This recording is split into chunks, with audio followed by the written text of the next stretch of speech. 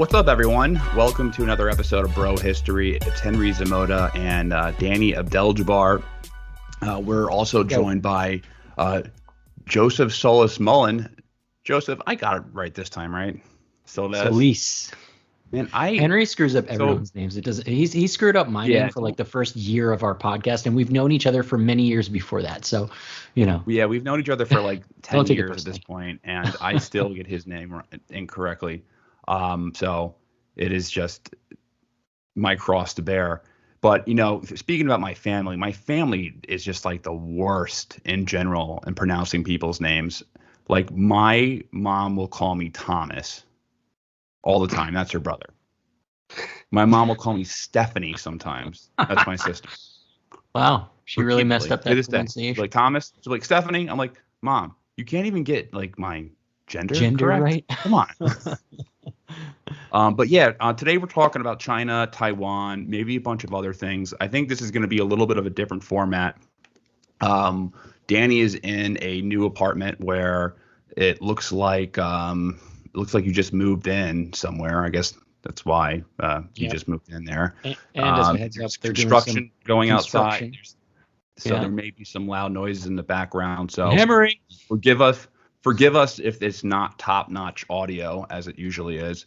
However, a lot of things to talk about. Joseph obviously has a tremendous wealth of knowledge, and we really loved speaking with him a couple of episodes ago. I think it was like a month and a half ago. So I guess we'll just kick this off and talk about a article that Joseph recently published, and I read this on the Libertarian Institute about Taiwan and comparing Taiwan to the Falkland Wars. And I just want to just preface this real quick that I know very little about the Falkland Wars. And before we were even meeting up to talk, Danny said this: I had to Google where Falkland Islands were. I had no idea where they were. So I think we need to deal with this level of knowledge, with this base level of people's common knowledge about the Falkland Wars. Because my knowledge has just been, it's been like, oh, that was a staging ground for some Margaret Thatcher political maneuver. But I guess I'll just let you kind of take it from here, Joseph. Like, what's this article about, and what makes the Falkland Island Wars between Britain and Argentina, and I guess a potential war in Taiwan between the United States and China. Okay, thanks, Henry. Thanks for having me back, Danny and Henry both. I really enjoyed talking to you guys.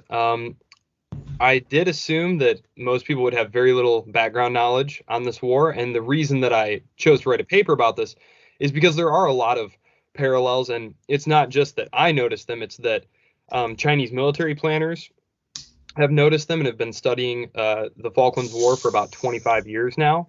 Actually, the Center for Strategic Studies, part of the Army College, they've written numerous papers and articles about it. So it is a very out of the way place. It was a very small conflict. It lasts 74 days from start to finish. It was a blip on the Cold War radar. So most people don't know about it. And the conflict itself isn't that important for what it did, which, as you said, it basically destroyed the junta in Argentina and guaranteed that Margaret Thatcher would get reelected. But in terms of the parallels, that there really aren't any parallels even close to as analogous to the situation in between the mainland and Taiwan as the Falklands-Malvinas War. And so I just wanted to start with giving just a touch of background, because most people don't know where the Falklands aren't aware that there was even a war in 1982. So the Falkland Islands are at the very southern tip of the cone of South America. They're on the east side. They're about 900 miles north of the Antarctic Circle. So it's basically a pile of rocks. It's a few hundred small islands. There's two main islands, East and West Falklands. Basically, there weren't even any indigenous peoples there. I mean, they're very cold, very wet, poor soil. Basically, as the age of exploration got underway, multiple European explorers came upon these islands. And for the first basically 150 years, from about the mid 17th century to the late 18th century, it changed hands between the Spanish, the French, the British, And basically what happens is the British, I'm going to cut that part out because there's just a lot of back and forth there. But basically the British are there, and it's kind of out of the way. It's not that important. And the Revolutionary War happens, and they need to divert resources to go fight a bunch of angry Americans. And so they leave, but they leave this little plaque behind that says, hey, this is our island, so don't even think about it. And they mean to come right back. But of course, the American Revolution takes a long time. Then they get that wrapped up, and the wars of the French Revolution start. And then the Napoleonic Wars start. And in the meantime, of course, during the Napoleonic Wars, Napoleon invades Spain and deposes the monarch there, which sets off all the revolutions in South America. So the United Provinces of the Rio de la Plata, based in Buenos Aires, this is basically Argentina. I'm just going to start calling it Argentina just to avoid any confusion. They basically allow this merchant named Vernet to go to the islands and start running it as a commercial hub. And this is in the late 18 teens. And the British are kind of like, yeah, whatever. He has some permission and everything. There's some whaling and things going on around there, sealing, different things like that. Basically, the British find out that Vernet has been appointed the governor of the island by the Buenos Aires elite, and that sets the British over the edge. And so they sail down there with a ship. It's 1830 by now, so they don't really have a lot going on. And so they basically kick them off the island, take over. And in 1840, they make it an official crown colony. And that's basically how things stay for the next 100 years. The Argentines never give up their claim to the island, but they're squaring off against Britain, the most powerful empire in the world. And they don't have any interest in fighting. The British, obviously. And so the British basically control the islands for the next 150 years or 100 years. And in 1945 at the UN, Argentina brings up its claim again. The British still say no way. They're still under the illusion that they can keep their empire. Things haven't started completely falling apart yet. Basically, by the 1960s, the situation is radically changing for Great Britain. Things are just completely falling apart. They've suffered tremendously economically. Their population's been devastated by the Second World War. They never really recovered from the First World War. But essentially what happens is the UN says, okay, we want you guys to figure out this dispute, because the Argentinians are getting much more vocal. It starts during the 1940s and 1950s.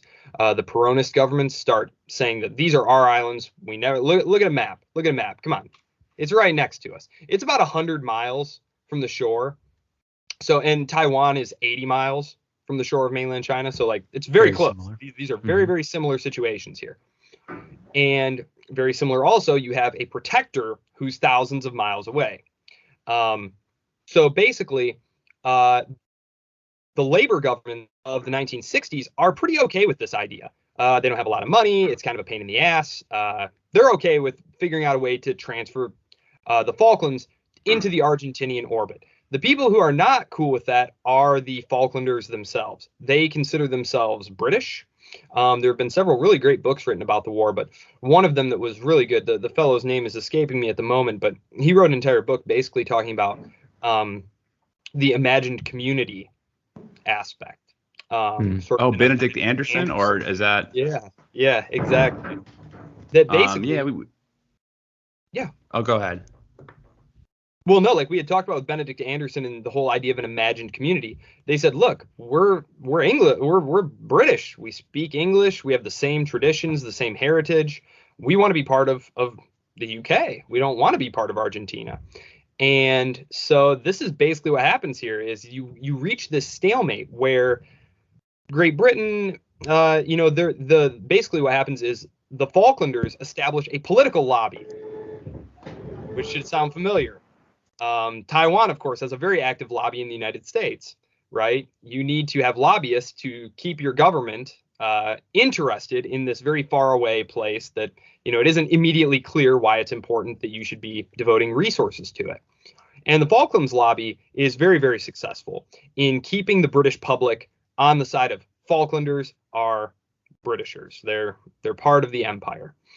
And so basically what happens is, yes, the population does think that, but the British government is faced with a lot of economic constraints. And so they start sending signals that the Argentinian government takes to mean they won't fight if the Argentinians invade the island. So first, they basically scrap the only ship that they have patrolling the region. And then in 1981, they update the Nationality Act, and they basically make the Falklanders like second-class citizens, basically limiting their ability to immigrate into the UK. And so all of these signals that, the government clearly isn't all that committed to it. Look, they're removing resources from here. They're basically downgrading the status of Falklanders as British citizens. One of the reasons that the Falklanders were so resistant by that time was because, of course, in 1976, the Argentinian government is overthrown by a military junta, and they kick off what's called the Dirty War. And I don't know how much your listeners are familiar with the history of that period, but tens of thousands of political opponents to the military regime are tortured, murdered, disappeared. This is not something that anyone wants to be a part of, right? And so at the same time, the Argentinian government is clamoring to get the Falklands back. The Falklanders are saying, we want nothing to do with your government, with your way of doing things. So basically, the situation gets very bad. This is something we talked about in our conversation about China, where I think the greatest risk to Taiwan is if the social and economic situation deteriorates in China, that the obvious solution is to go invade Taiwan. And that's exactly the solution that the Argentinian junta hit on. Well, there's a lot of social unrest, a lot of economic poor performance going on. I know what we'll do. We'll go invade the Falklands. Good old-fashioned invasion. We'll distract everyone, get their patriotism all riled up. We'll boot the imperialists out, which is kind of, my grandpa actually made the point that, like, they're both kind of imperialists in this sense. It was an uninhabited island. They're both just making these extraterritorial claims, but basically they just misjudge the situation. They misjudge the political incentive structure that the British government would face, because again, the Falklands lobby for years had been paying people to write editorials, paying MPs, putting pressure on the government to make sure the Falklands stayed inside the empire. And so Margaret Thatcher really, there's a great public outcry, tons of support for going and trying to take it back. And that's exactly what happens. And so that's kind of the background to the conflict. So everyone is on the same page. Yeah, I got some questions because you unloaded a lot of stuff on there. I guess maybe the first question I have is, you mentioned how there were these lobbying efforts happening on both sides, and I was reading a little bit about the Argentine one, and I was wondering, if you knew much about, how they were trying to convince Falklanders to want to be Argentine. Yes, and they did do a lot of great things in terms of trying to expand access to healthcare and education on the island, providing its petrol, providing its air service, providing its airlines. Mm-hmm. So they did try to, as sweeten the deal. Sweeten the deal. They did try to sweeten the deal because their entire claim on the island was premised on the language used in the UN resolution, which was that the interests of the Falklanders should be paramount. And Argentina was trying to show that, look, we take way better care of you than the British. The British, they're not, taking care of your health care or anything. They're trying to cut you off and, basically get rid of you. They're not even willing to have ships down here anymore. Mm-hmm. And we're willing to expend all this money to help you out. There was actually also a big Anglo-Argentine community, second and third generation Anglo-Argentinians, who they would send to the island as kind of a public relations move to try and sell these Britishers on this idea that, like, look, we come from the same people you do. We're part of the Argentinian society. Things are great. You got nothing to worry about. So, yeah. So the second question following up on that, that's a good segue, I think, is you mentioned early on that the Falkland Islands were just uninhabited, right? It's just a bunch of rocks in the middle of the ocean, that people happened upon one day when they were doing exploring. Yeah. And so nobody lived there initially. So do you know what the ethnic makeup of the Falkland Islands was then, and what that might look like in the later future when, Britain and Argentina start fighting a war about it? What was like the ethnic makeup? Okay, so going back to like the 18th century. I guess maybe during the Falkland Islands War. Like during the Falkland Islands War, it was Mhm. principally Britishers. Okay. Yeah, overwhelmingly so. So like white Anglos Yeah. in that respect. They would not look out of place. They spoke with the same accent, you know. Yeah. Interesting. Okay. And then so that's kind of a little bit of an uphill battle, I guess, and that's why you pointed out those Anglo-Argentinians who they sent over as emissaries to be like, hey, look, we're the same. A little bit of an uphill battle on the Argentine side, wouldn't you say, to convince them that they're they should join, right? Yeah. They did not have any success. That's interesting. All right, so let me make an observation about the article. So you make a point that I guess what the crux was is that Biden was a close observer and a supporter of the Falklands War, which is kind of weird because it just shows you how ancient this guy is. Right? Like, just like addresses a whole other question that he was around in the 80s and he's like, I was a student of the Falkland War. It's like, what? I was a student how old of the are you ancient again? Mesopotamian That's wars. The first thing that makes me think. This guy is so old. This guy is it's been around because we have to remember his political career started very early. Like, what was he elected when he was just 30, 31? Yeah, I think he was like a young early guy 30s, when he was elected. Yeah, and he was a Watergate baby. Yeah. Yep. So like, I mean, man, his roots go back deep. And so that's the first thing I thought of. But then, you say the lesson learned is that Britain's strategic ambiguity. So there was a level of, confusion of what they would actually do if Argentina invaded the island. And his policy towards Taiwan, the fact that just a couple of weeks ago, Biden said, our commitment to Taiwan is rock solid, effectively breaking, our strategic ambiguity strategy that we've had for, the past 5 decades or so, the strategy of where we don't really say outright we're going to defend Taiwan, but we're not going to tell China that we're not going to defend Taiwan, just to keep everyone confused. So I guess you were saying that in order to prevent a war with China, this is what Biden thinks. In order to prevent a war with China, he thinks that he needs to be crystal clear about what the U.S. would do if they actually tried something militarily. Yes. Yeah.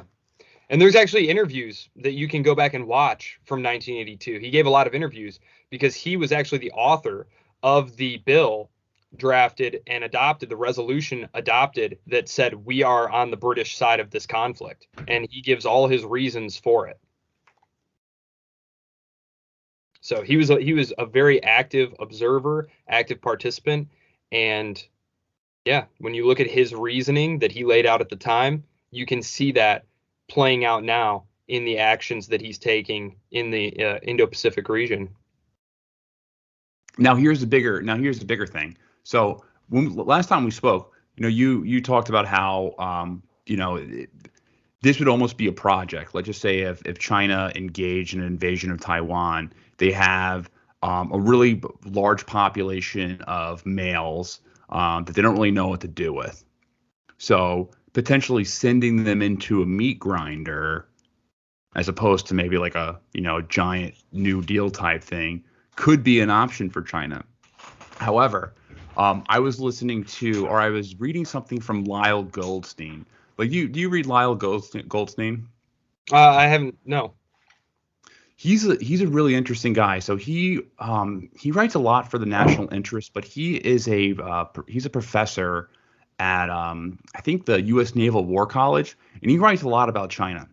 He writes a lot about Taiwan, and he writes a lot about how the U.S. should not be committing to any type of defense pact with Taiwan because his reasoning is like the U.S. would lose a war. Like the United States would lose a war in a battle for Taiwan. And he uses the Falkland Islands as a comparison.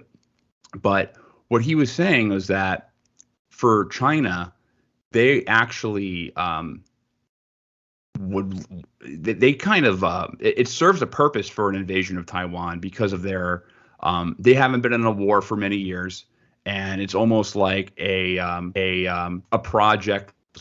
They want to have martyrs. They want to have their their war memorials to unify China. I was wondering what your take would be on that. Yes, and now that you say that, I had read a couple of books from the Naval War College, and there were a lot of essays in there. So I'm wondering if he was one of the contributors, because that is sounding very familiar. No, I absolutely agree. I also think that, definitely, it's very interesting observing China, because it really is it feels like a very pent up nation that's like swelling with pride, wanting to prove itself, show its mettle. And I mean, at the end of the day, who will bleed more for Taiwan? We lose, a couple hundred guys, and the U.S. public's going to just lose it. They're going to want nothing more to do with the conflict. And, China, I mean. Well, this is definitely something this is definitely something I want to talk about for sure. Well, yeah, for them though, I kind of see it as the end of the century of humiliation. So like this would be capstone. Like we finally reunited China. Like that's the one renegade province that got away. So I understand how that's like a major project for their own nationalism. But it's interesting. Like there is it's. See, I'm on the side. I'm on the fence, man. I don't really have like a cohesive or consistent like view on what's going to happen with China and Taiwan. I'm more so just like every single article I read changes my mind. Like I'm very fair weather.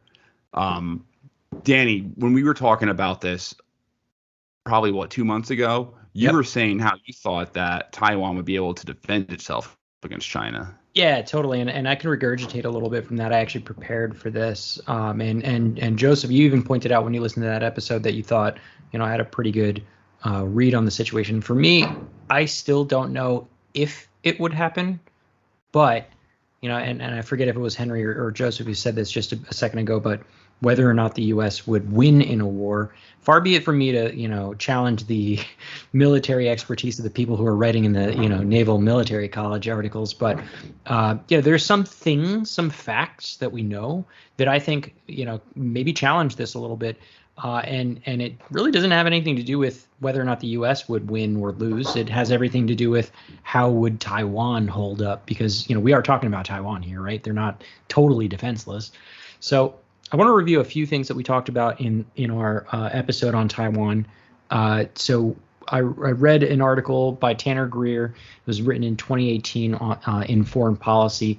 We'll try and link that up for our Patreon subscribers to take a look at. But it quotes Xi Jinping when he was speaking to the Ninth Party Congress about the future of Taiwan in 2017. And it says, he goes to say, "We have a firm will, full confidence, and sufficient capability to defeat any form of Taiwan independence secession plot. We will never allow any person, any organization, or any political party to split any part of the Chinese territory from China at any time or in any form." So unpacking this a little bit, their stance is never going to happen. Taiwan is China's. It's just a matter of time before we have everything, all the ducks lined up in a row. So everything that I've read so far about China says that they will integrate Taiwan and that they're open to peacefully doing so, but only if it results in Taiwan becoming a part of China, right? Which, to the point that we were talking about in the Falkland Islands, like, this becomes a little bit difficult to talk about because Taiwan was inhabited, and, the Taiwanese people are kind of Chinese, or at least as close to Chinese as you can get, right? They're basically the same people.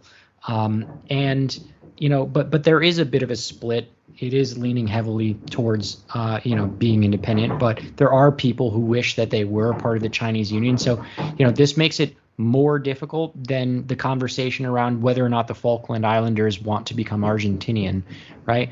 So it's not going to be a peaceful transition. If it happens, it'll be an invasion, right? So whether or not that invasion happens is, up for debate, but the way that China is going to do this is pretty well documented, right?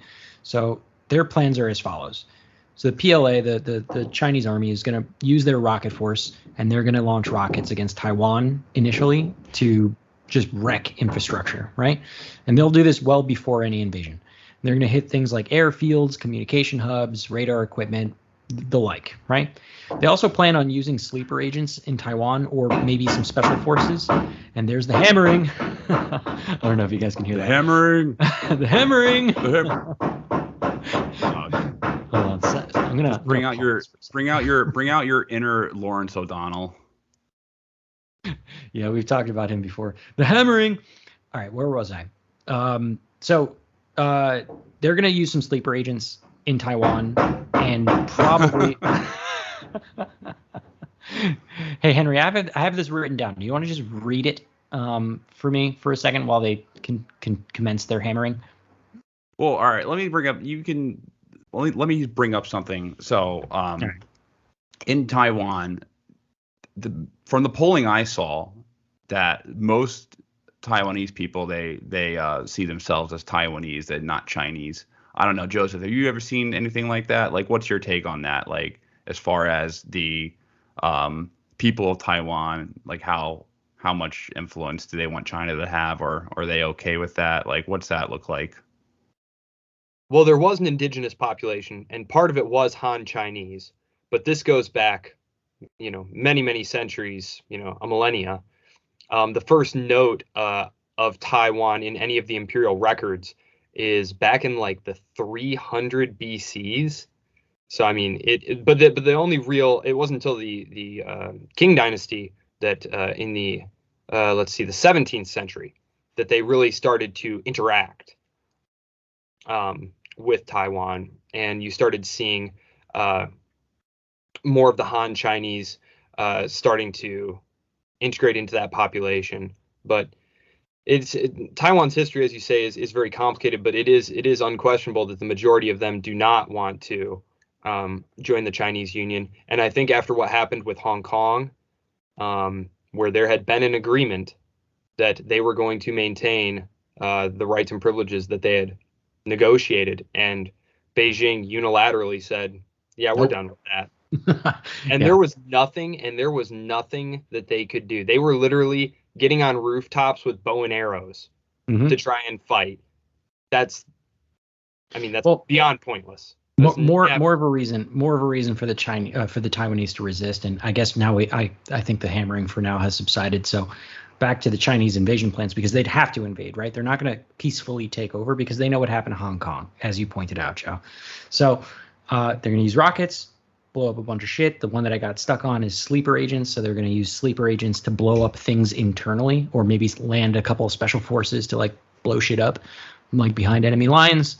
And they want to do this so that they can soften, Chinese defenses, but also so that they can hit the morale of the Taiwanese people, right? They're like, hey, look, we just blew up a bunch of shit. Like, you don't want to fight us, right? And then they will commence history's largest amphibious assault. It's going to involve tens of thousands of Chinese ships, and many of them, honestly, are going to be merchant ships that they just commandeer. And they're going to ferry 1 million soldiers over because they're going to need a shit ton of people to occupy that island, right? And she says that they can get it done in 2 weeks, tops. So that's their plan, right? Now, I pointed this out in the last episode, and I'll be as abridged as possible. If you want more information, you can listen to that episode. But it's not going to be that easy, right? The way that she makes it sounds, it's like a cakewalk. But I think part of that is just him, ramping up, domestic support for an invasion, right? Oh, it's going to be easy. Just like, we're going to have a 2-week, stint in Afghanistan, and that's going to be it, right? So that didn't pan out that way. So on paper, what we know is Taiwan is an island. Duh, right?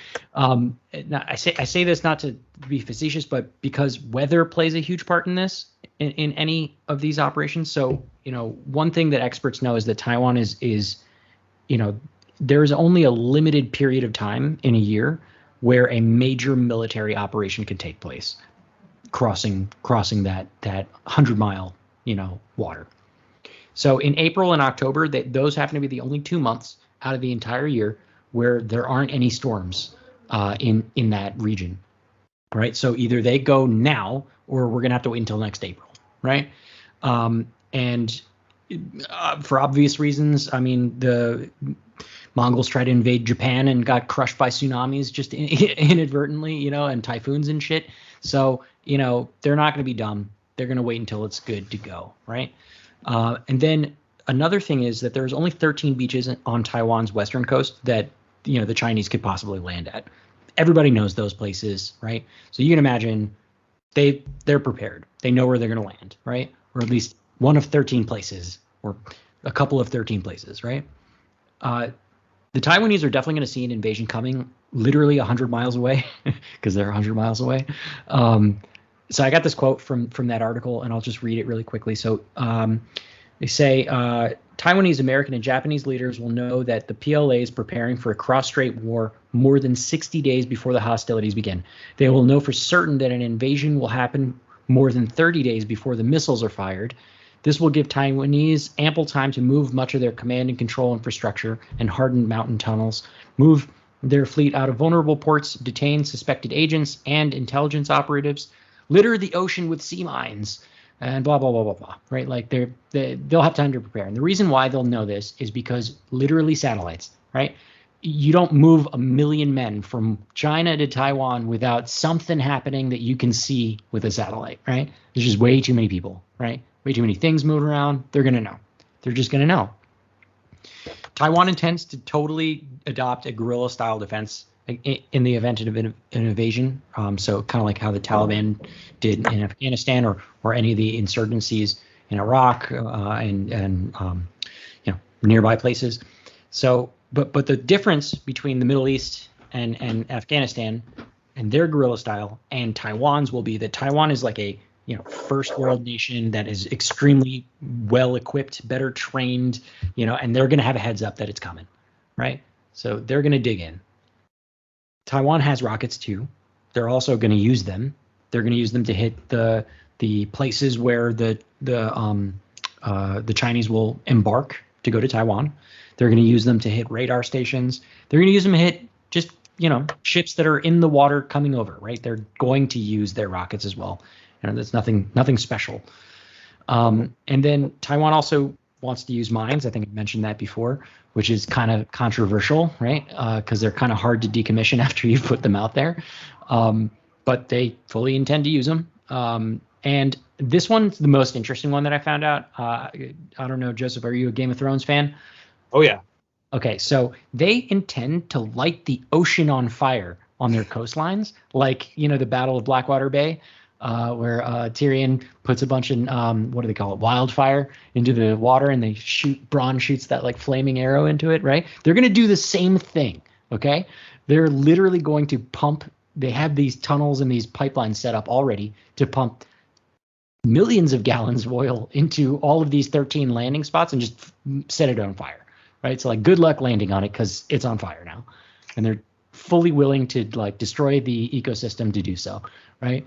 I think that was like the most interesting one. Also, this one was cool. They're going to set up dummy targets to basically waste the Chinese time. There's another interesting quote. In the 1990 to 91 Gulf War, 88,000 tons of ordnance dropped by the U.S. coalition did not destroy a single Iraqi road missile defense launcher. NATO's 78-day campaign aimed at the Serbian air defenses only managed to destroy 3 of Serbia's 22 mobile missile batteries. There is no reason to think that the Chinese Air Force will have a higher success rate when targeting Taiwan's mobile artillery and missile defense. So, like, they're just going to fuck around and make, like, you know, a bunch of blow-up missile launchers to, like, you know, throw people off. It's going to be hilarious. And of course, Taiwan thinks that they can hold the Chinese for at least 2 weeks, which, to their credit, the Chinese know that if it lasts more than 2 weeks, they're not going to last. It'll just be too logistically of a nightmare. So that's all I have to say on this particular issue. So if we bring in the U.S. on top of this, you know, would the U.S. win this war? You know, I don't even think they need to be involved necessarily. I think the Taiwanese are going to make it a pain in the ass for the Chinese. And if we happen to get involved as well, we might muck it up. But, you know, the likelihood is that we can probably support them. And this was confirmed recently that we've had troops in Taiwan, quite a few of them, as well as other, weapons in Taiwan for at least the last year. So we're already there. We don't have to wait to go there, you know? So I don't know. I'm skeptical. What do you think, Joseph? Well, let's pick up at the end of your hypothetical here, because before I launch into I was jotting notes. I don't know if you could hear me scribbling over here. Furiously scribbling notes, right? Yeah. Well, okay. So, all right. This is end of week 2. There's petrol fires just raging. The entire place is covered in black smoke. Right. Infrastructure is just blown to hell. Everyone is sheltering. Right. The government is underground. Then what? Well,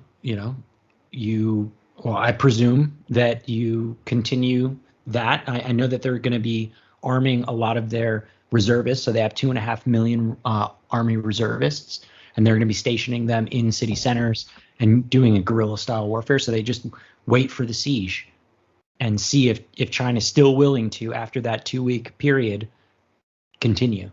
And if they are, at least this is all propaganda from the Taiwanese government here, so you have to take it with a grain of salt. But apparently they are willing to do some crazy shit to hold their land, right?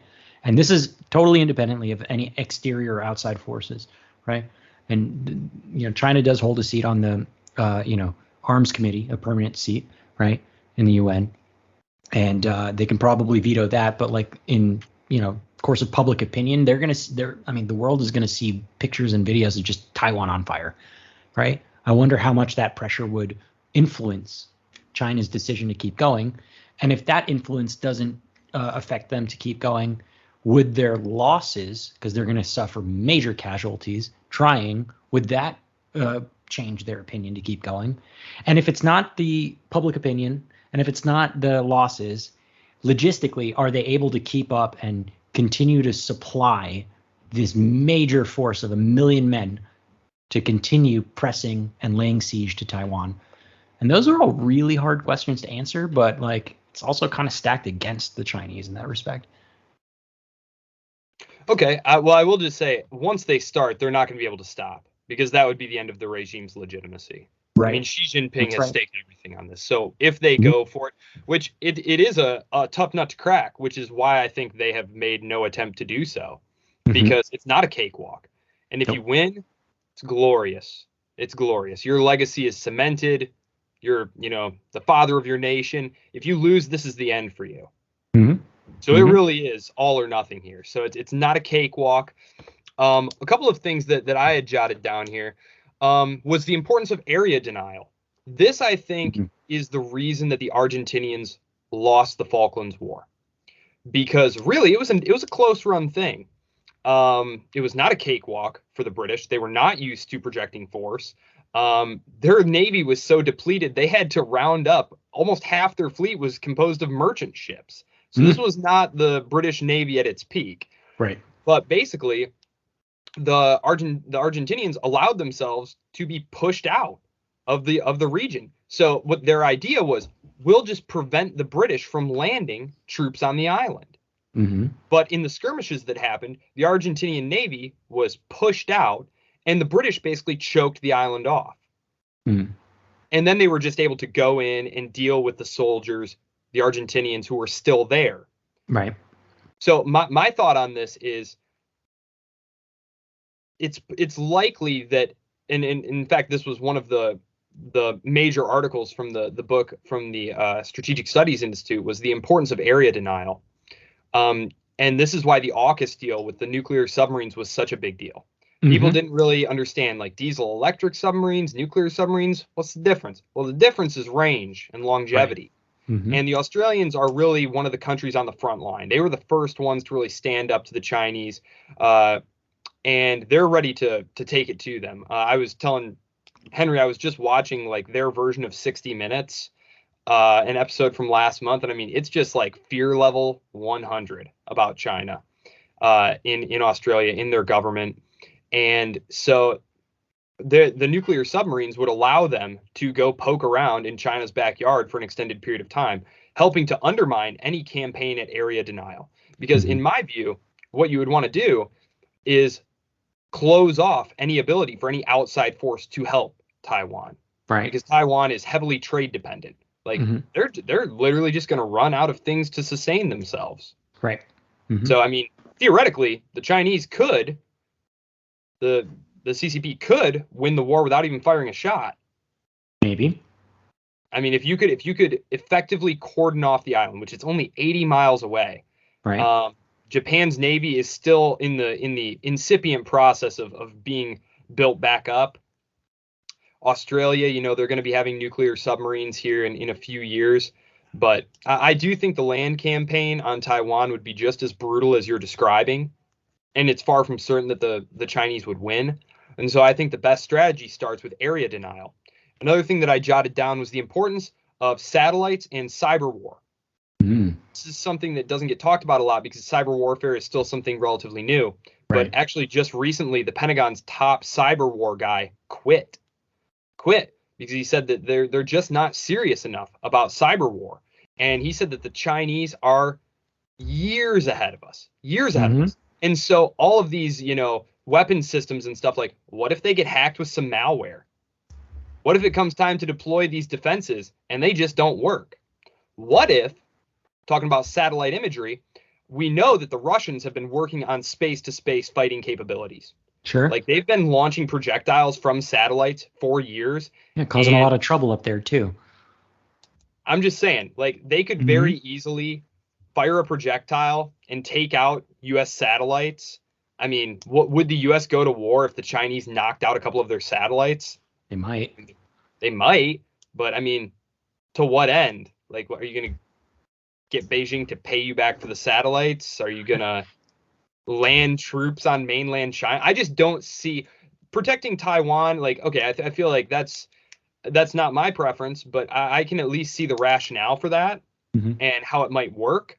I just don't see what a war between the United States and China would even look like. What would it accomplish? What would be the strategic aim?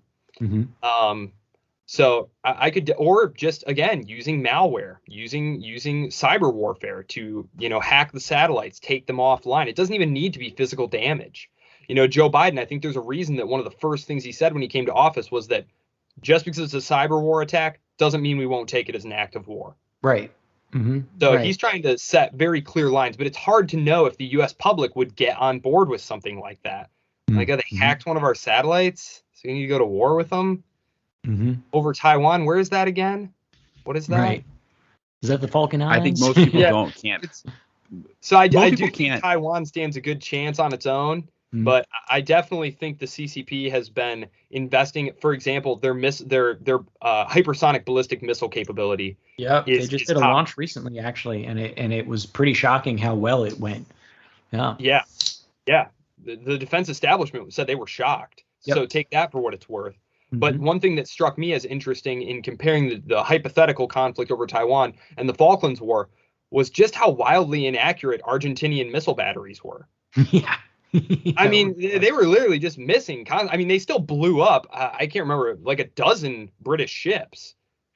It wasn't enough. Took them like hundreds of shots. Yeah, exactly. Right. I mean, we're going to be talking about missiles that, I mean, if it hits your ship, there's just no question what's going to happen to the ship. And these are going to be satellite guided. They're going to be maneuverable in flight. They could be coming from space. I mean, right. It's definitely a whole different ballgame in terms of the missile technology that's available today. And so in terms of cyber warfare, hypersonic ballistic missile capability, proximity, I definitely think it would, and just in terms of their ability to close off access to Taiwan in terms of an area denial campaign, I think they'll be able to do that much more effectively than the Argentinians were, because this is important. The Argentinians, and I point this out in the article, Argentina's junta said later they did it because they thought the British weren't going to fight back. They also thought that the Americans would support them. Because, of course, Henry Kissinger, when he was Secretary of State by that point, had encouraged the junta to take charge of the situation because he was worried that Isabel Perón was losing control of the country to leftists. And so they thought, we're part of the Organization of American States. We're on the front line of the Cold War. The Americans will have our backs. No. They said those two assumptions right there. If we had known either of those two things, we never would have tried it. Never would have tried it. They were not really that prepared for it. And still, it was a difficult campaign for the British. So Well, and that remains the only link between the Falkland Islands and this Taiwan thing, is that ambiguity, the strategic ambiguity about whether or not we would intervene. Henry, it's not like the other link. The other link is that China is clearly studying the Falkland War. Like China has been a student for a lot of wars over the past 100 years. Like, I've read stuff about how China studies the Omaha, like D-Day, like the beach landings in D-Day, how they have studied their failures in the Korean War, how logistically they basically in the Korean War, the Chinese had the UN forces on the run, but then they ran past their logistic support. So, I mean, that is like the other link with the Falkland Wars, that they look at that war as a textbook of what it would be like. And, apparently, or from what I've read, they admire the British logistical endeavor. Yeah, no, totally. And I think logistics is that final point that I was making about whether or not they'd be able to last if they went full out invasion. Most experts believe that more than 2 weeks and you're gonna tap that well dry logistically to keep up that fight. But I do want to respond, Joseph, to a few of those things that you said. So especially area denial. I just wrote this down, so I was furiously scribbling too. So you said, and you mentioned this almost in passing. You were like, "Hey, I'll scribble you." I shall scribble back. Me. This is a duel of scribbles. Oh man! All right, so you said, "Hey." What I've been drawing. Oh Jesus, Henry! What have you been drawing? I wrote Henry Zamota, my signature. China plus Taiwan. A sun, and then that is about it. I mean, I would have just started drawing penises. That's usually what I draw. Like, I'll just. Well, make sure to show the camera after this if you get a good one. All right, so area denial. You mentioned almost in passing. You said that at the time the British, it wasn't like the height of the British, Navy, right? And that they had to borrow upon a lot of merchant ships to get this done. And actually, from articles that I read about this, invasion of Taiwan, China doesn't have enough surface vessels to move people over. As a matter of fact, they just don't have enough surface vessels in general, right? Like their navy is kind of weak, right? Definitely stronger than Taiwan's, right? Maybe can go toe to toe with Japan's because they've been, artificially curtailed on what they can and can't build. But their navy sucks, so they're going to have to use merchant vessels as well, which are going to be ill-equipped to do a lot. And I wonder if that kind of puts a hole in the area denial strategy as well, right? Can they feasibly hold, an area with merchant ships against, a Japanese cruiser, right? Or against, a U.S. strike group, right? Or definitely not against, some nuclear submarines by the Aussies there, right? So I wonder if, while I agree that should be the strategy, I just don't know if they have the means to do that, right?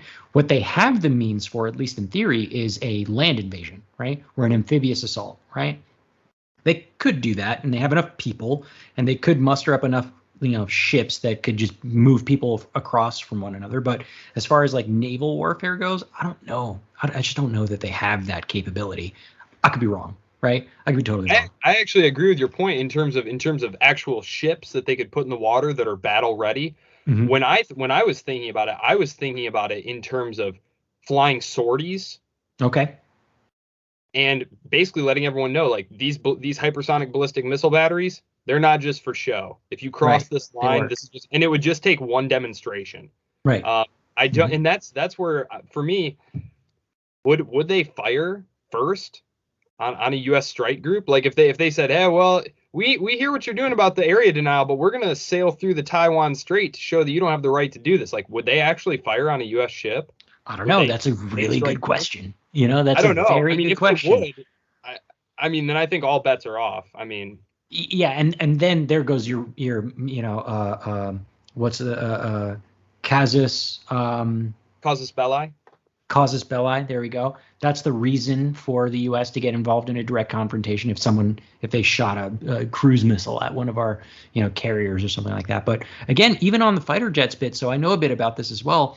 And funny enough, the Taiwanese, at least as of 2018, their current makeup of fighters that they could use for these sorties, they have about 400 of them, whereas the Taiwanese had 420. So actually, the Taiwanese has a better air force, at least as of 2018, than the Chinese do. So only flying sorties alone might not work either, because the Taiwanese can actually defend themselves in the air, right? If it's just straight up air, they can actually defend themselves. So for this area denial, I agree. They probably just can't do ships, right? They'll probably use them for sure. And they'll probably stay far enough away from Taiwan so as not to provoke them to attack them, but close enough to warn others from coming closer. And then they'll have to fly those sorties. But the Taiwanese can fly their own sorties, right? They can also deploy many, many aircraft in the air, more as of 2018, allegedly, right? So there's that. I know the Chinese have been working really hard on upping their game in the air field. I know that they've got a knockoff F-35 or something like that they're working on, that maybe they have a lot of. Who knows? I don't know. Chinese are weird. They don't really tell us. If we want to win a war against China, then let them have a knockoff F-35. Yeah, let them do it. They have knockoff Sukhois as well. Yeah. The Russians thought they were going to buy a bunch of them, and no, they just took the floor model and took it apart and were like, okay, so we can basically make something like this, right? Sure. Yeah. Chinese and have them make a bunch of planes that the helmet tears their head off. Right. That's a good way to win a war. We sell the F-35s directly. I was saying maybe. Yeah, that's how we win. We just sell them F-35s. We'll bankrupt them and kill all their pilots.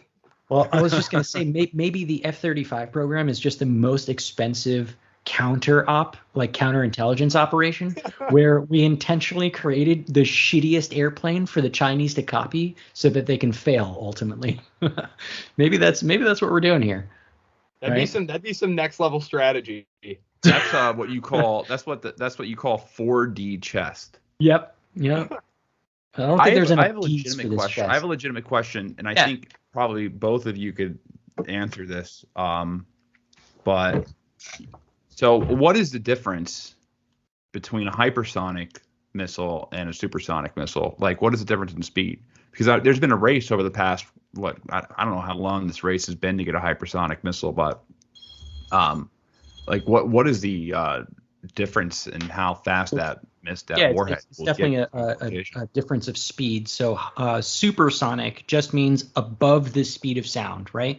And so that's Mach 1. Any flying object that can go faster than the speed of sound, even by a little bit, is supersonic.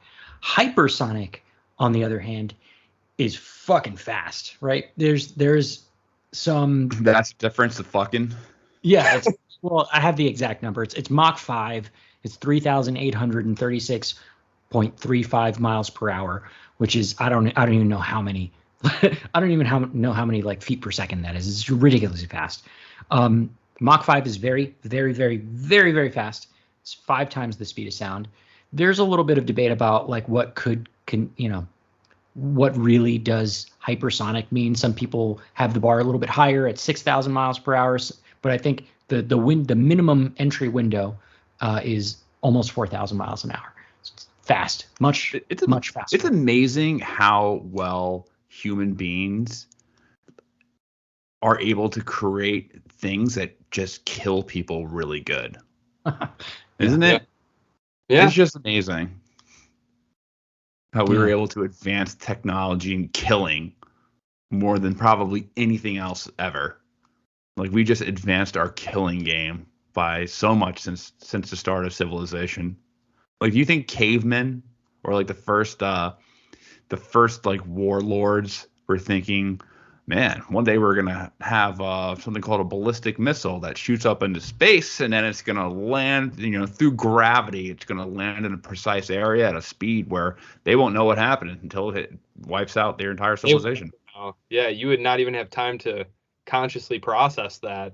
No, it literally moves too fast. I mean, yeah, it's crazy. I'm always blown away by the fact that we have no more access to material resources today than did the early humans, 50,000 years ago. We just have knowledge. Yeah, we just got with craftier. With the application of knowledge, we've been able to synthesize, skyscrapers, hypersonic ballistic missiles. We can grow organs and meat in petri dishes, and it's amazing. It really is amazing. Yep. And it's funny, to Henry's point, our biggest advances have been in the art of killing people. And then some of our other biggest achievements are just offshoots of our endeavor to kill people. Like going to space is just an offshoot of ballistic missiles, and like satellites is just like GPS and Uber is just an offshoot of trying to kill people, right? The internet. The internet is just an offshoot of trying to kill people, which actually is that's actually a really good transition, because there was another thing you said that I wanted to talk about, which is the cyber warfare part, right? Didn't want to leave that out there without a response. So I actually really agree with you on this front. I think that's probably the easiest, well, maybe not easy, I don't want to say it that way. I think it's probably the clearest way to mess with us, or to mess with Taiwan, is to go cyber, right? Can they penetrate Taiwan's infrastructure? How much of Taiwan's defense systems, can be penetrated through the internet without even going anywhere, right? And how well can the Chinese mask the fact that they're doing that, right? Obviously, everyone's going to know it's China, right? But with the internet and how it works and hacking, is that there at least is a plausible deniability, unless you're really bad at covering your tracks. So that could be one way. I don't know if they could just spoof satellite imagery, because they'd have to spoof satellite imagery from everyone all over the world, including governments and private companies. Like Elon Musk could see what's going on right now if he wanted to. So that would be an uphill battle to like make pretend that nothing's happening. But that doesn't preclude them from shooting at space stuff, shooting at satellites,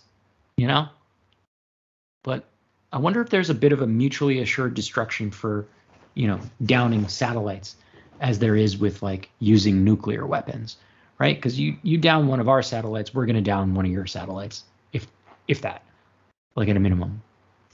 I want you to point to the sky. Which satellite do you care about the least? Right. All right, knock that satellite down. Exactly. So that would cause what, in my opinion, would be utterly catastrophic for human civilization, which is, the junking of copious amounts of satellites, which would cause so much space junk, which is already a problem, and it could render, using near Earth orbit like impossible. You ever see Gravity with Sandra Bullock? Yes, immediately what I thought of is the space junk in those scenes. That is a silly movie, but it is somewhat accurate in that respect. You blow up one, that can cause a chain reaction that just destroys so much other shit. And it's really hard, if not impossible, to fix. Guys, keep on going. I'm going to run to the bathroom real quick. At this point, sure. I don't know that, again, when obviously I'm not a high level dictator, so I can't speak from personal experience, but I know that just from looking at political incentive structures, which is how I tend to view most decision making. That's fair. Is that space junk is that more important than keeping power? Does you keeping power mean you have to take Taiwan?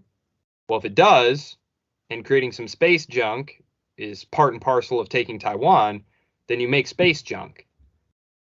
It's a problem. It's a new problem. but your position is still secure. And I see no reason to think that the Chinese leadership are like some kind of super altruistic people who are really concerned that, oh, well, I'll cause all kinds of problems and suffering for humanity if we potentially do this. Yeah, I mean, maybe they're not thinking about humans in general, but it certainly would affect them. I mean, they've got satellites up there, and there's no telling. You blow up a U.S. satellite, and then it causes a chain reaction that gives a gravity style thing that just starts wiping out all of your satellites, and now you're fucked, right? You're shooting yourself. That's why I think the cyber warfare capabilities are going to be so important in the quantum. I agree. Because really, it's hard to say. Your satellite, starts malfunctioning. Like, how quickly are you going to be able to figure out what's going on and who did it? Right. And what to do about it. And what to do about it, And again, it's as long as there's plausible deniability. I mean, we've already seen this back and forth with. I mean, this is obviously such a trivial example by comparison, or maybe you don't think it's trivial. I kind of thought it was trivial, but the Russian election interference, trying to prove that the research, the Russian research division, Internet Research Division was doing it, and it was back and forth for like a year, right? I mean, if the Chinese really only need to buy themselves a couple weeks, maybe. That's enough time. Yeah. So. Yeah. No, I fully agree with you. I think, I hope the Chinese aren't listening and trying to get some tips, but that, if I was advising the Chinese, I think that would be the route, Danny and Joe said this is the way to go.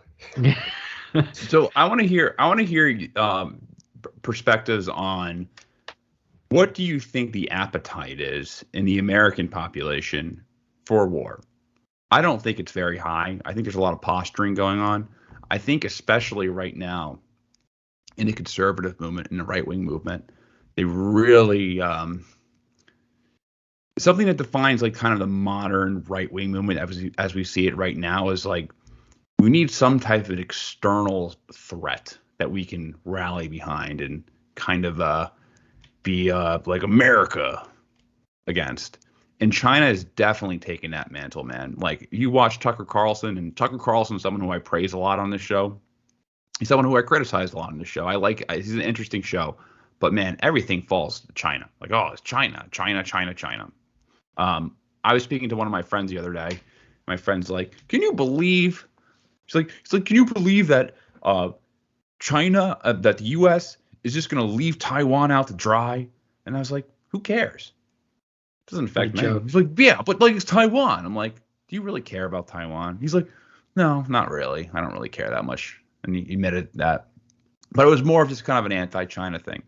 Do you think that the American populace, if we went to war with China, do you think they would just be like, hold on, wait a sec, we're not going to like actually sacrifice soldiers, or even worse, like put one of our cities up for grabs in a potential nuclear war? What do you guys think? I definitely think you're right in terms of there's rhetoric, there's posturing. I also think that part of the American right wing is they don't want to be the world policeman. That was always more of a liberal internationalist dream. And that was incorporated into part of the Cold War. And initially, the Republicans, who were very resistant to liberal internationalism, started using it as a club to go after Harry Truman. And then it just kind of got wrapped into the platform. So that kind of transformed. And then Eisenhower won over Taft. So you had the Eastern establishment Republican wing taking control of the party. And then you had the Goldwater types, the Buchanan types that were always kind of pushed off to the side of the stage. But that isolationist, the America needs to come home, take care of itself, don't worry about what the rest of the world is doing. That movement was always there, and Trump was able to, I think, ride that frustration, that anger over really the George W. Bush policies, the tremendous pile of failures that were his foreign engagements. And so on the one hand, I do think, who was it? Madison Cawthorn the other day was at a Turning Point USA rally, and he said that we should start confiscating all U.S. or all Chinese assets that we can.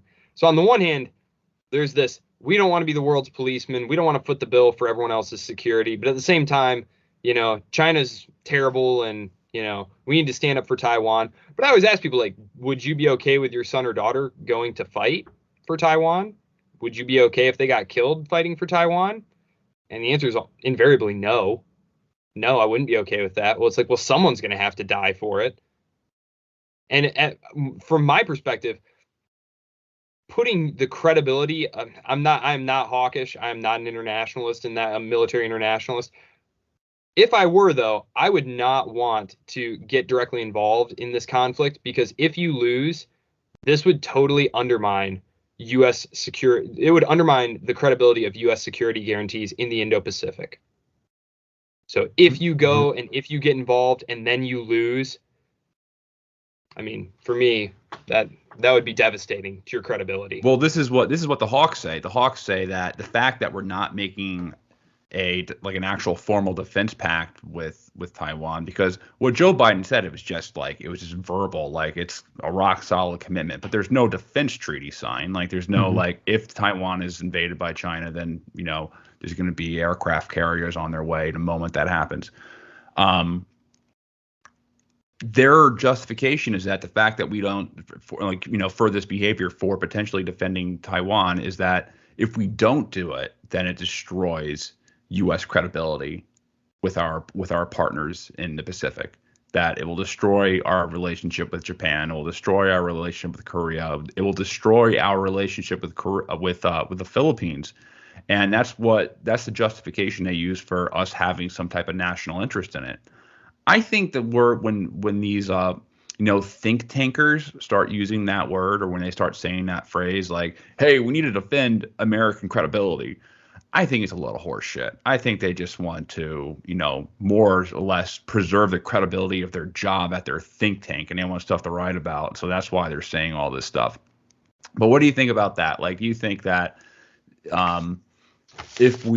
does that destroy American credibility? The fact that we don't have a defense pact, the fact that we're not willing to go say, hey, Taiwan, like, it's on paper. If China, like, consider yourself a colony of the United States. That's what you are. We're going to treat you like that. We're going to treat you like the 51st state.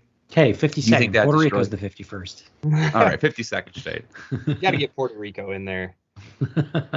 You'll be 52nd state. You'll be our police, our watchmen in the east.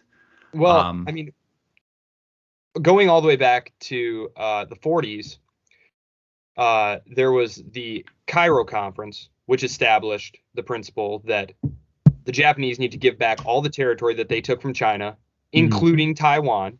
Then you have numerous administrations adhering to the policy of one China, and then with Nixon throwing over the Republic of China for the People's Republic of China, and then eliminating the defense pact that we did have with Taiwan. I just think there's no question at all. I think it was Henry, you mentioned, or maybe it was Danny, mentioned that China has a seat on the UN Security Council. Right. Like, they could just veto anything like that they didn't like. And the UN doesn't recognize Taiwan as a separate entity. But one thing that strikes me as interesting with your point there about institutions and think tanks and the talking points they spout, something that's really interesting, and I noticed this going back and doing like an archaeology of the run up to the Iraq War, the second Iraq War, in the 1990s, was how a lot of the like Likudist talking points started appearing coming out of American think tanks. And if you trace the money, it was coming from Israel. And if you look at like the Project 2049 Institute, the Geffart Group, the Taiwan Caucus, like, they spend millions of dollars starting probably about 20 years ago. They started dumping money into lobbying and funding institutes and think tanks. And the rhetoric has started to sound exactly like the Progressive Party in Taiwan, their talking points. That this is about American credibility, and it's a vital national security interest. And so for me, I do think that there is an institutional structure where you need to say certain things if you want to keep that job. At the same time, the Japanese PM, I know he's gone now and they just had an election, but he basically said, look, we're not worried. We're vital. We really are vital. Japan is vital. We've got massive U.S. military bases. We have a very long relationship. We have an official on-paper relationship. The Koreans, the Australians, the Philippines. So I don't know that realistically any of them would lose a lot of sleep if they woke up one morning and the Chinese were setting up a blockade of Taiwan. Like, does this mean the U.S. wouldn't protect us? First of all, that's totally different from a UN perspective. Like, Taiwan is part of China. Japan is not part of China. Korea, not part of China. So they're not like violating any internationally recognized boundaries by invading Taiwan. It's really there, as I think Danny, you point out the optics of it. You know, the world sees Taiwan on fire. That's why I mentioned this in the last episode, and you brought up the idea of like a lot of aerial sorties going on between like pretty equally matched, forces. Like, what if the Taiwanese fired first?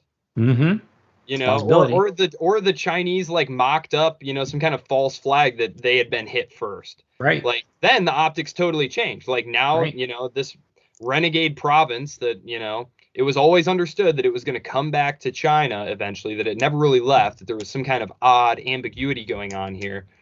I just don't know how much the rest of the world is really going to care, because China is so much more important to the international trading community than the United States is. Far more countries do way more trade with China than the United States, almost twice as many. So At the end of the day, I look at like Russia. Russia goes and takes, the Donbass and the Crimea and stuff. And at the end of the day, there was only so far the Europeans were really willing to go. And none of the Central Asian states cared. China didn't care. And so I wonder how much, even if the optics did start to look bad, like what is anyone really willing to put on the line domestically for this issue?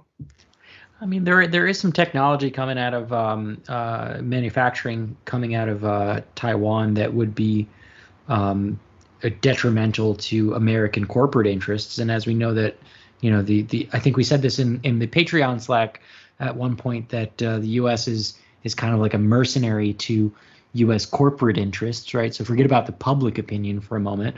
If Apple doesn't see that silicon coming out of Taiwan, which is a major distributor of said materials, and they're not able to pivot that manufacturing out to, I don't know, Vietnam or some other places, which they're actually actively doing because I think they understand what's going on there, and that disrupts, sales of Apple and, Google and God knows what other companies that require this silicon. They might call upon the U.S. corporate mercenary to do something about it, right? Yeah, I mean, that's a totally valid point, but they've also been dumping money into domestic semiconductor manufacturing. For sure. So, I mean, they just passed a big bill over the summer subsidizing that. To replicate that, to totally. Well, and TSMC is opening a facility here in the United States. That's right. So it's not like the technology, wouldn't be accessible. There might be a supply chain interruption. And, maybe you can't get your new iPhone, but like Apple wants the government to go fight Taiwan. Like, someone's going to need to go fight. Do you want to go fight for Taiwan? I don't. I don't either, but we're talking about corporate interests versus like human interests, right? And sometimes, as we can see with the many wars that we fought over, the last, say, 20, 30 years here, sometimes the corporate interests win out over, actual true American interests. And, I don't want to underwrite that at all. I also don't want to overinflate it either. I understand where we're coming from. We could get semiconductors elsewhere. But no, the Noam Chomsky's and manufacturing of consent should be required reading, I think, in primary school. Of course, it's public school, so they don't want people reading that. But Henry pointed it out.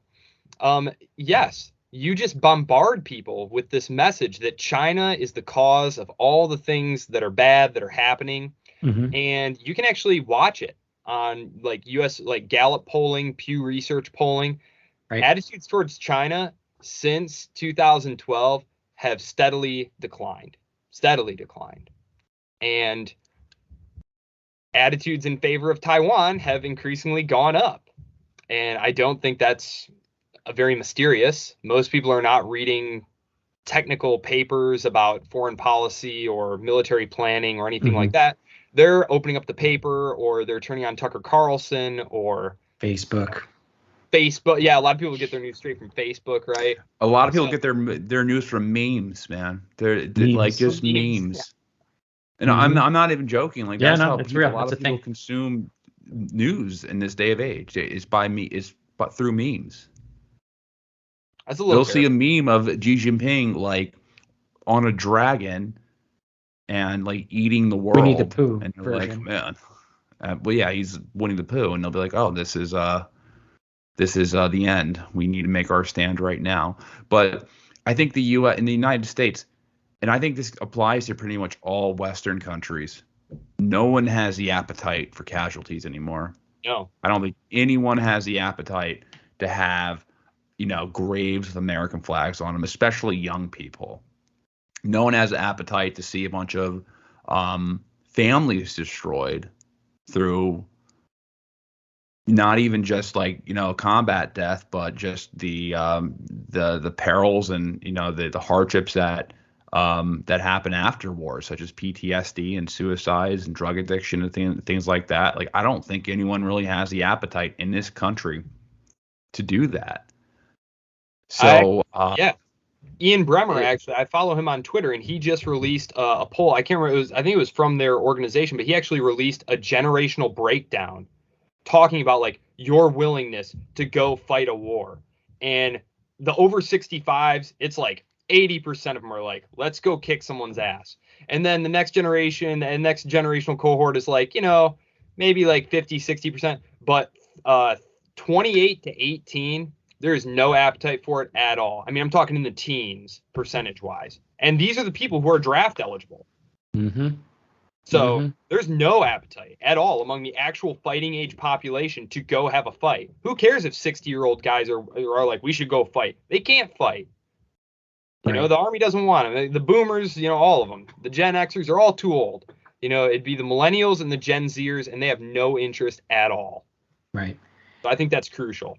Unless back in my day, we would have killed 60,000 of us for a police action in Taiwan. Mm-hmm. Whatever happened to these generations. I mean, you can't go against the data on this. We would have threw kids in college right into that, kids who weren't in college right into that meat grinder. But now too many kids are going to college. I mean, I agree, Joseph. You can't deny that there isn't an appetite for it. I think there's scores of evidence and information around that. But there's always the unless. And the unless. There's one more point I want to say before on appetite for war. Mm-hmm. So many Americans have witnessed the past 20 years of our endeavors in the Middle East. Mm-hmm. It's now just like common knowledge at this point that these were complete boondoggle, corrupt, horrible, terrible wars that were sold with lies. I mean, Trump won the election. One of his biggest moments in his 2016 election was when he was in South Carolina, and South Carolina is a very militarized red state. Like you may not find a more red, militarized, right-wing, get-her-done type state. And where he said, they lied us into the war. They lied us into the Iraq war. In South Carolina. That's pretty huge. Like the fact that was a message that people it resonated with, especially among America's right wing. So now when people think of Afghanistan, I mean, probably the first thing they think of in Afghanistan is obviously the pullout and, how ugly it looked. And it did look ugly. And I definitely agree with the critics of Joe Biden that it was not a smart idea to pull out of Bagram before evacuating from the city. However, I think it's good that it was done. But I think everyone has just woken up to that these wars are total horseshit, and they're total just transfers of wealth from taxpayers to military contractors. Like I think that is becoming more and more common knowledge, even across the right wing. However, there's still like this sentiment where like I need to fucking blame someone else. I need to blame some external factor for causing all the pain. And I also need to have like this partisan hammer that I can smack my political enemies with. That's why China's used so often, because they want to be like, well, look at the Democrats. They're linked to China. They're all just in Xi Jinping's pocket. almost exactly how the Democrats were doing it to Republican politicians on Russia during the Trump administration. They were like, Russia, Russia, Russia. I don't even think they really believe it to some extent. I think they really just use it as a partisan tool. Well, that all incurs a debt, Henry. That all incurs a debt. And this is the unless that I wanted to talk about, when they come to collect on that debt, I wonder if the right actually goes through with it. And the unless that I want to talk about is, let's say Biden's rock solid commitment to Taiwan actually has legs, right? Maybe it's not on paper, but like he actually does have a plan, and he sends in a carrier strike group, right? Not to fire the first shot, but just to like flex a dick muscle, and let's say intentionally, unintentionally, false flag, whatever, doesn't matter, something goes down. One of those carriers has like 5,000 human beings on it, right? That is like a full-on 9/11 right there. Dude, that's a scary situation for the world to be in. Right. And honestly, it's not something that couldn't happen. Right. It's totally within the realm of possibility of happening. These hypersonic weapons that China are developing, and we did an episode on these ballistic missiles, very capable, and they probably could take out something like that. So let's assume, doesn't matter how it happens, but the fact is, carrier goes down. Do you really think that we're going to remember the pullout in Afghanistan when we've got the names of all of the lives lost in the Pacific due to this bombing? Do you really think, do you really think that the right is going to be like, oh, I don't want to make good on that debt? No, you're right. I 100% agree with you. I 100% agree with you. I think you're absolutely right about that. I think that if an incident like that happened, and I think it could even be less than that. It could be 100 troops. Right. 100 sailors who died. Right. I think that would overtake the lessons learned in Afghanistan and the Middle East. They would be lost. They would be forgotten. I don't know. What do you think, Joseph? Well, that's terrifying, because I actually think that, and I conclude my article by saying this, I think that's exactly what's likely to happen eventually, with Biden's shift from the tactic of strategic ambiguity to strategic clarity, which is crowding the area with potential combatants. It's literally like just dumping gasoline all over the apartment and then just flicking random lit matches and like, oh, that one didn't go off. Well, that one didn't go off. One of these is probably just going to go off. And if it's a U.S. vessel that gets involved with whatever it is, it's, public opinion is as fickle as the weather. Today they're very sage and have learned all these lessons. I do actually think that's one thing Trump is really good for, is he's still really potent, really relevant. Colin Powell died this week, and he just put him on blast. Oh my God, that message just was like, just let's not forget else. what a scumbag he is for lying us into Iraq, and it's like, I 100% agree. And I would love for you to keep saying these things, because people need to realize, like, that's what total dick move, but he wasn't wrong. No, that's what they will do. Like the national security establishment has a logic all its own. It has an institutional incentive structure all its own, and those incentives are not aligned with the best interests of the average American citizen. And unfortunately, the corporate media is closely aligned with all of these major military, industrial, and congressional initiatives. And I think you had Christian Sorensen on. He describes it as a triangle. Right. It's a triangle. And that's true. It is. It's a triangle. These are all self-reinforcing things. All the money is all tied in together. These interests are all tied together. And yeah, if something really catastrophic like that happened, it's very hard. I try to picture the American public saying to the Pentagon, like, well, what was our strike group doing poking around Chinese territorial waters? And they would never do that. No one's gonna ask. They'd be blind with anger and hurt, and there'd be a pride component. Like, we're the United States. We don't take shit from anyone. Right. We don't care who you are. And I mean, it would be bad. It would be bad, because you could totally just see the real disaster scenario unfolding, and with Biden's really, really aggressive posture. I mean, I mean, I knew it was going to be bad. But like, this is way worse than what I thought it was going to be. Mm-hmm. I mean, pushing basically, these are kind of like minor things. Like Beijing considers them just like repeated slaps in the face. Right. But like pushing to have Taiwan have its own seat, with its own observer with like the World Health Organization. That's right. Mm-hmm. Which like, to us, or to like for us, it's like, who cares? Whatever. Who cares? Isn't Taiwan a country anyway? Right. No. Exactly. Yeah. But like Beijing considers these just repeated slaps in the face. Mm-hmm. It's really terrifying. It really is. You do wonder what the American public's reaction would be, and unfortunately, even though it was really hard to, I mean, we know now that, I mean, the Taliban offered to surrender. Yeah. Like a month into the war, they were like, we just want to give up. And the American public never heard about that. Nope. The American public never heard about that, but Donald Rumsfeld said, fucking forget it. We don't take surrenders. We'll be done with you when we're done with you. And, so they control the information. It's really hard to say what exactly would get out there, what kind of narrative would come up, how much information we'd actually have about it. Mm-hmm. But any accident, I mean, there was an accident. The U.S. Navy just released a little tiny bulletin on its website a couple of weeks ago. They had a fender bender. They had the fender bender, yeah. But what if like, so that happened like right in China's backyard. Mm-hmm. What if that had somehow like ruptured something and caused the sub to, like, I don't know, blow up? Right. And like, this is just it's like, okay.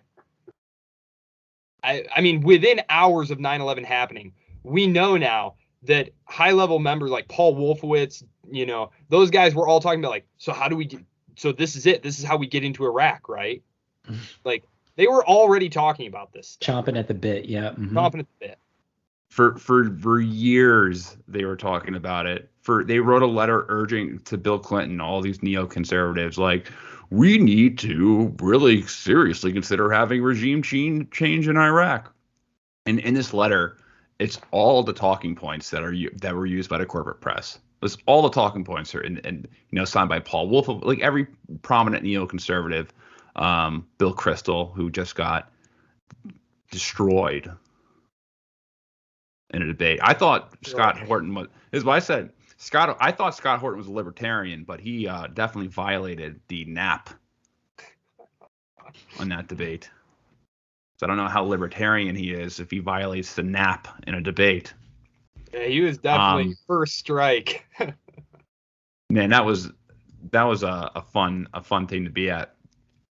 But yeah, I can see the US populace being very, very hawkish if there were to be an accident. But I also think about that time. This happened maybe a year and a half ago, when the U.S. and the Russians got into a car accident. Yeah, you remember hearing that in Syria? Syria. It just because it's so fucking crowded there. How many different armies are up there? We covered that. Small, they're a little relatively country. There's I commend both parties, like not the governments, but literally the soldiers on the ground that got into that accident and had the fucking foresight not to shoot at each other. Like whichever commanders on both sides were there, and they were just like, whatever, fender bender, keep it moving. Those guys deserve a medal on both sides. Yeah, they don't want to die over some stupid shit in Syria. Yeah. Like, I'm sure most of the guys in Syria are just like, what the fuck are we doing here? Defending Al-Qaeda? Is that what we're doing here? Oh, we're meat shields. We're here just to, if we die, then that's a pretext to go to war. Okay, that feels real great. That's what they are. The soldiers in Syria, that's exactly what their purpose is. If they die, then we have a pretext to go to war. And in Iraq as well. I mean, come on, man. What the fuck was that contractor who was killed after 3 weeks of being an American citizen? Not saying that his death isn't less tragic, but that's used as a pretext to kill a bunch of what the not the actual Hezbollah, but what's the Iraqi Hezbollah brand? Oh shit. Not Hezbollah Lebanon, but the Iraqi Hezbollah affiliate. They kill a bunch of them, and that leads to a massive protest at the embassy where they're burning American flags, and soldiers are literally fucking scared to death. Like they really, like a lot of the guys at that embassy in Iraq, when there was this huge protest, they thought they were going to die. Like I've talked to some of them, they're like, yeah, I thought we were gonna die, and like they thought it was gonna be like a Libya situation, where everyone was dragged out and horribly murdered. However, Khatib Hezbollah, by the way. Khatib Hezbollah. So that was, I mean, that was a product of an American citizen dying, and no one to this day, no one really knows what happened. Like, there's no clear-cut evidence that Khatib Hezbollah had anything to do with this guy's death. There's no evidence whatsoever that points at his death, that this contractor, who was an American citizen for 3 weeks, was killed by an Iraqi Shia militia. And they point there's that immediately that was a story. And that eventually leads to us at the doorstep of a war with Iran, because the U.S. reaction to those protests was to kill their George Washington, basically, to kill the most honored, prolific person in that country, the head of the military, the head of their intelligence unit, basically the most popular unifying person in that entire state. General Salami.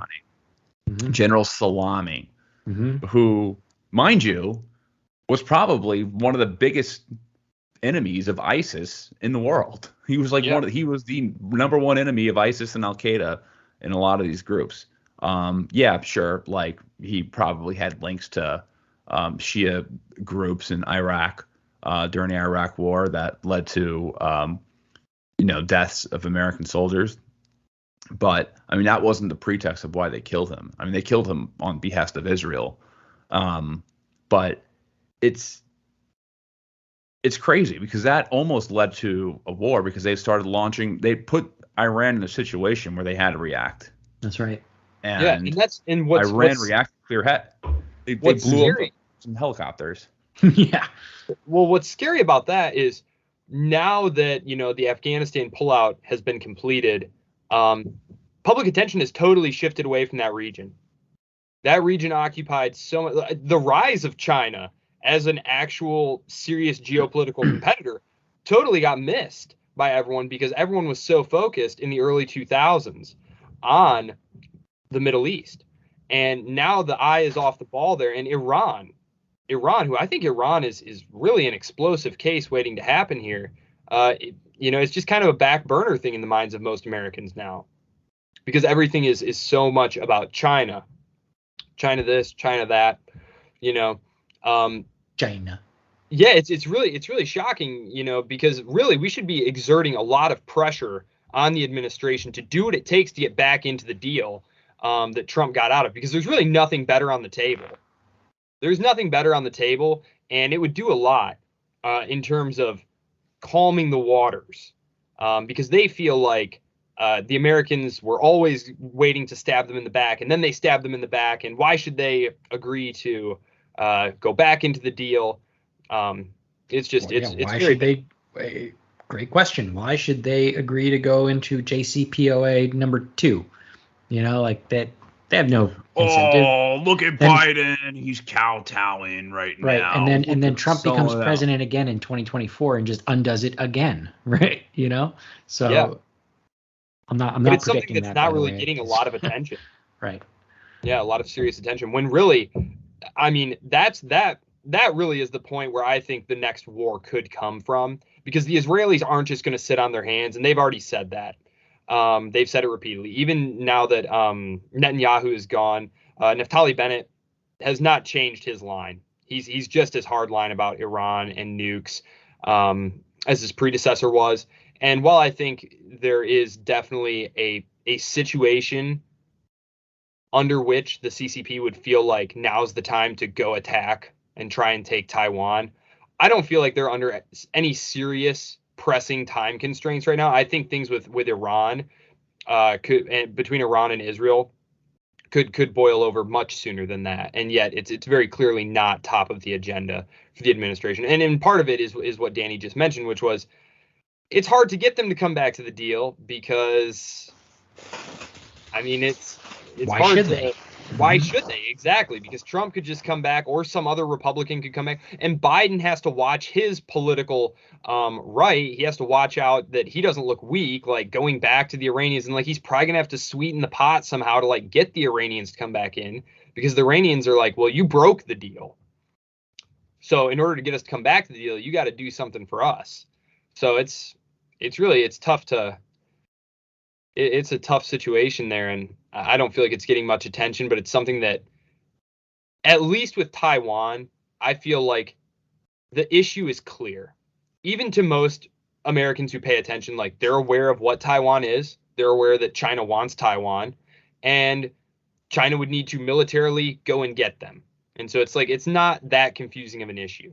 But the politics and the covert activity and the cyber warfare that goes on between Iran and Israel, and that whole situation is just very, very opaque, very complicated. And I think it would be easier to coax the American public into a war over there with Iran than it would be Taiwan. But that's just speculation. The public polling data on that is not super clear, but it just seems like first glance, probably. Unless the thing about Iraq, or excuse me, Iran, is that Iran would be, I don't think it would be equally as horrific, obviously, with a war with China, because China has nuclear arms. But it is easier to rule off the table a war with China, because you can just be like, well, they have nuclear bombs. Like, we can't do that. Like, we just need to, like, this is civilization we're talking about. Like, who cares? And also, there's enough big business interest. There's enough markets. There's enough business interest that wants access to Chinese markets where, they wouldn't be behind a war. I mean, yeah, the military industrial complex is very powerful. However, we're talking about the MIC versus the rest of big business. The rest of big business is going to win. It's like the Israel lobby is very powerful as well. But the Israel lobby versus like the will of the rest of the world is going to win and get like their say on something. That's why the Iran deal happened in the first place, is because, even though that the Israel lobby didn't want it, the rest of the world did, because the rest of the world wanted to have access to Iranian oil. And also to make sure they don't make bombs. That was also kind of important. And also to make sure they make bombs. But they also wanted the rest of the world wants a normal relationship with Iran, especially Asia, because I mean, they get the countries in the East are, I mean, they're importing the majority of their energy, like Korea, Japan, China, Taiwan. Like, if you look at all the major importers of oil, it's like these thirsty countries in the East. They don't want to have a war with China, and neither really do European countries. With Iran.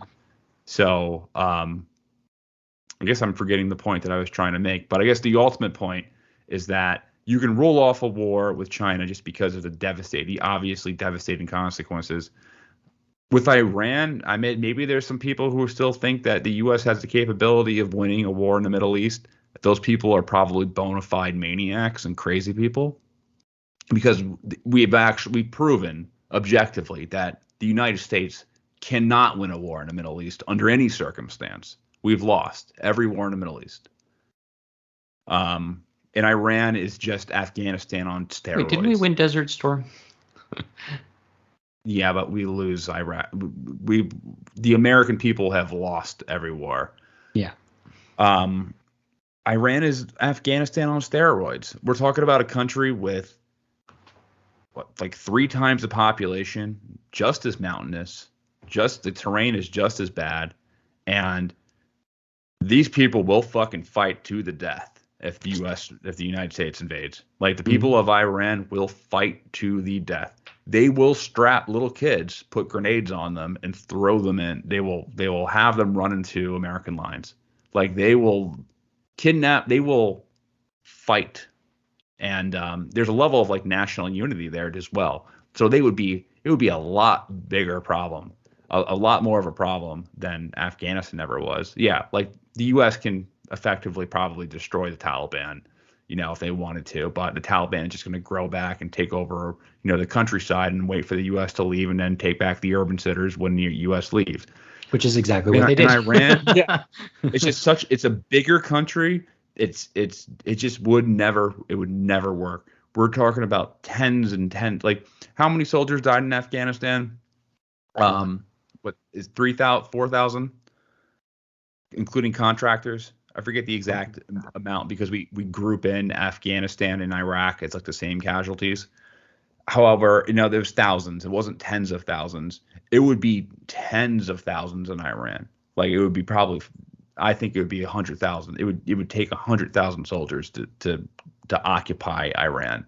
It would be a bloodbath, and the people in America, maybe they don't think that would be the case, but it absolutely would. Surgical strikes has become the motto.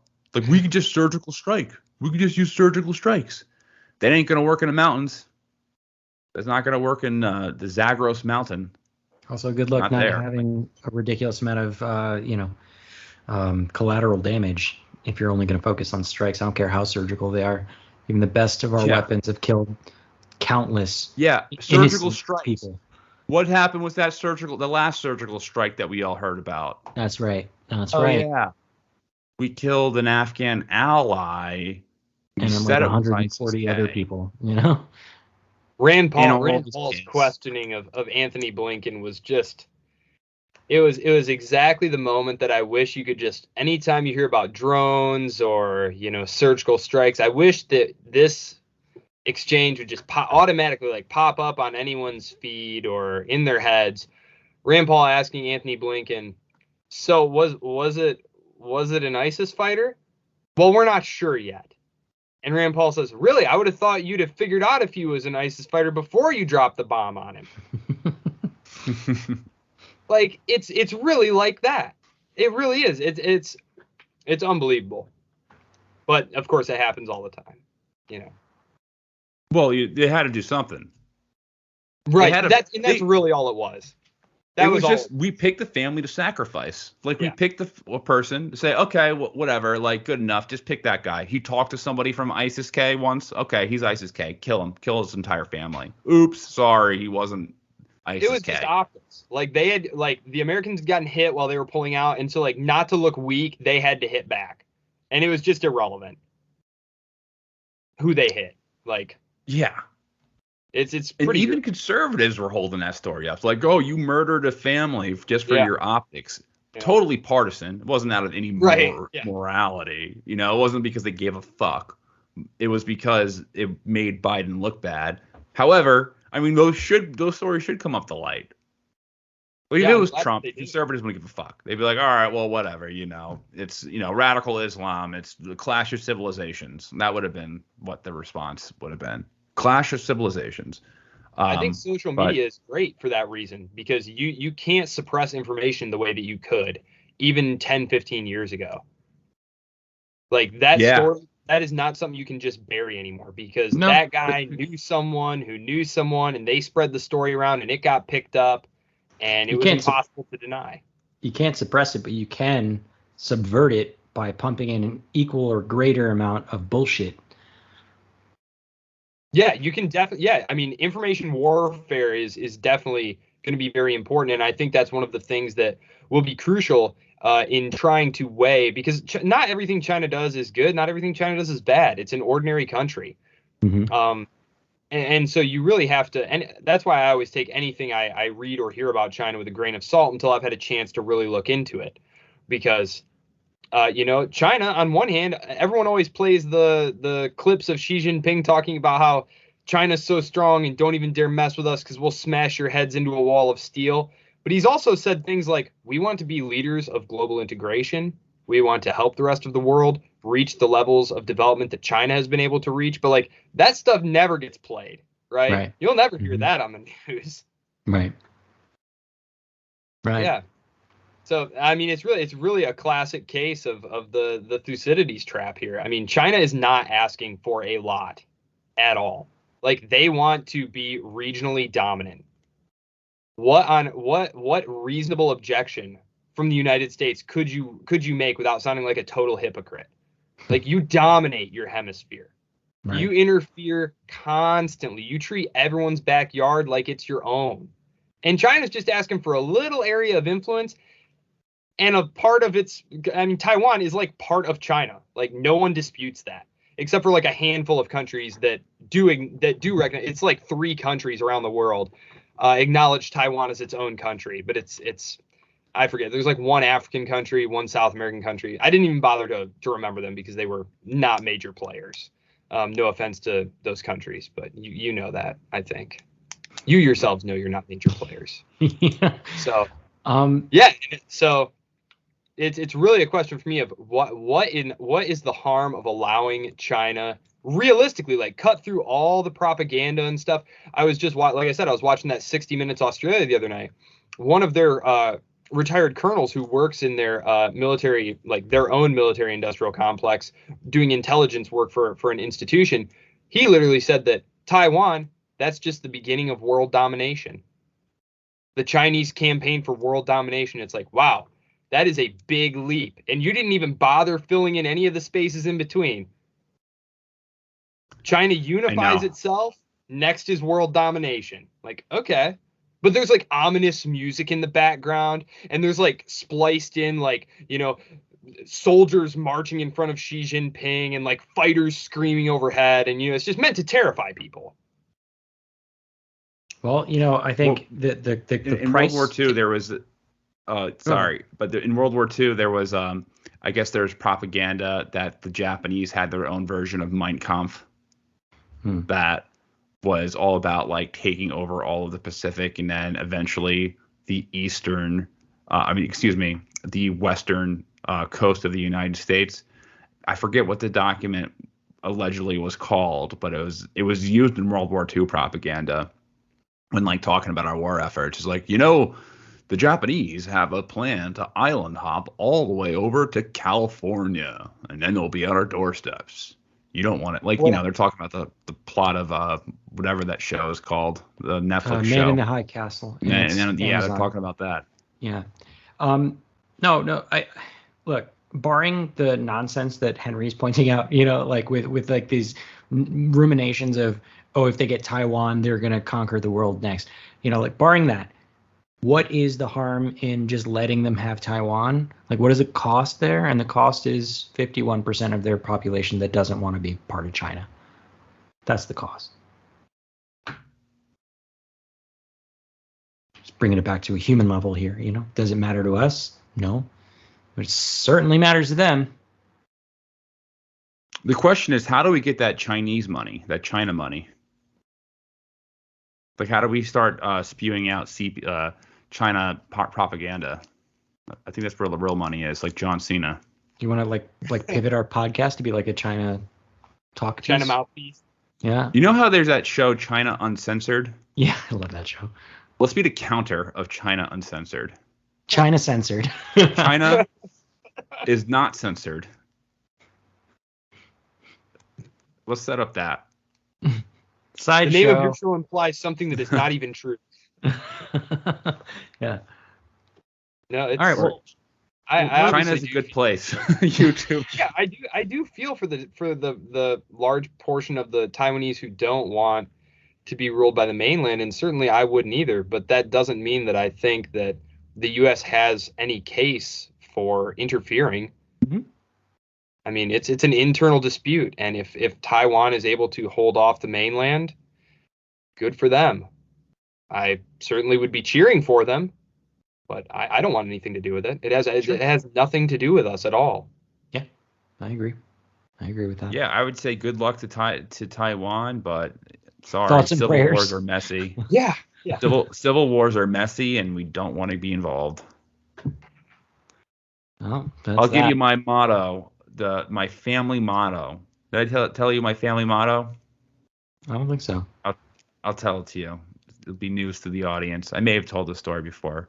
So my great grandfather, I don't know what level of great grandfather he is, but he's a far back, was a soldier in the Revolutionary War, and he served with George Washington. So there was a book written in like the 70s called Soldiers of the Revolutionary War, and his name was Jonathan Henderson, and there was a chapter on him about his life and what he did after the war. And there's a lot of politically incorrect things in it, which it's kind of funny to read. However, there's a part in it where he talks about how the Hendersons got their family motto, and it's Jonathan Henderson once was in Philadelphia, and there was a dispute between a Polish man and his wife. He got in the middle of it and tried to help the woman, and they both tried to stab him. That's where the Henderson family motto comes. Never get in the middle of the affairs of a man and his wife. Who's the man and who's the wife? That was written in a long time ago, but we found out this guy was related to me. So that's my family motto now. Never get involved in someone's domestic affairs. I changed it so it's less misogynistic. Or PC, yeah. Mm-hmm. Yeah. Works on a political scale too. Mm-hmm. Works for every type of couple. All right. I think we're probably at time, Joseph. I think you've been so graceful as to give us almost 2 hours of your time. Yeah, here thanks for joining us. It's a real pleasure to speak with you, and I know our audience really enjoyed it. The last episode you came on, so we hope to keep on doing this. We love talking to you. Like our audience loves listening to you. So come on the show whenever you want. What I'm trying to say, you got an open invite. Well, thanks, Henry. Thanks, Danny. I really enjoy talking to you guys as well. I think you do great work, as I've said, and the conversations are great. So I'll definitely try and put something on my calendar. Awesome. Can you tell everybody where they can get your information or your works or anything else you want to plug? Yeah, sure. Let's see. You can find some of my work at the Mises Institute, the Libertarian Institute, Sage Advance. Let's see. My website, jsmwritings.com. I do have a blog. I have started putting more things up there. Let's see. You can contact me. There's a contact link there. And my website went down the last time I was on. It was kind of terrible timing, but I do have it back up and running. But in the meantime, I made a Twitter. Nice. Twitter, and so I've been doing a little bit of tweeting. It's okay. It's okay. We'll have to link that in the show notes then. Yeah, it's pretty cool. Awesome. Thanks. Yeah. All right. Thanks everyone for listening to another episode. If you want to support the show, you can rate and review the podcast if you're listening on Apple. And if you're not listening on Apple, then you can share it with a friend. You can also support us on Patreon, where we have a nice community going on. So join us in our commune. Anything else, Danny? No, you're making us sound like commies. We are collective. we are collective. Yeah. All right. Peace, everyone. We'll see you next week. Peace.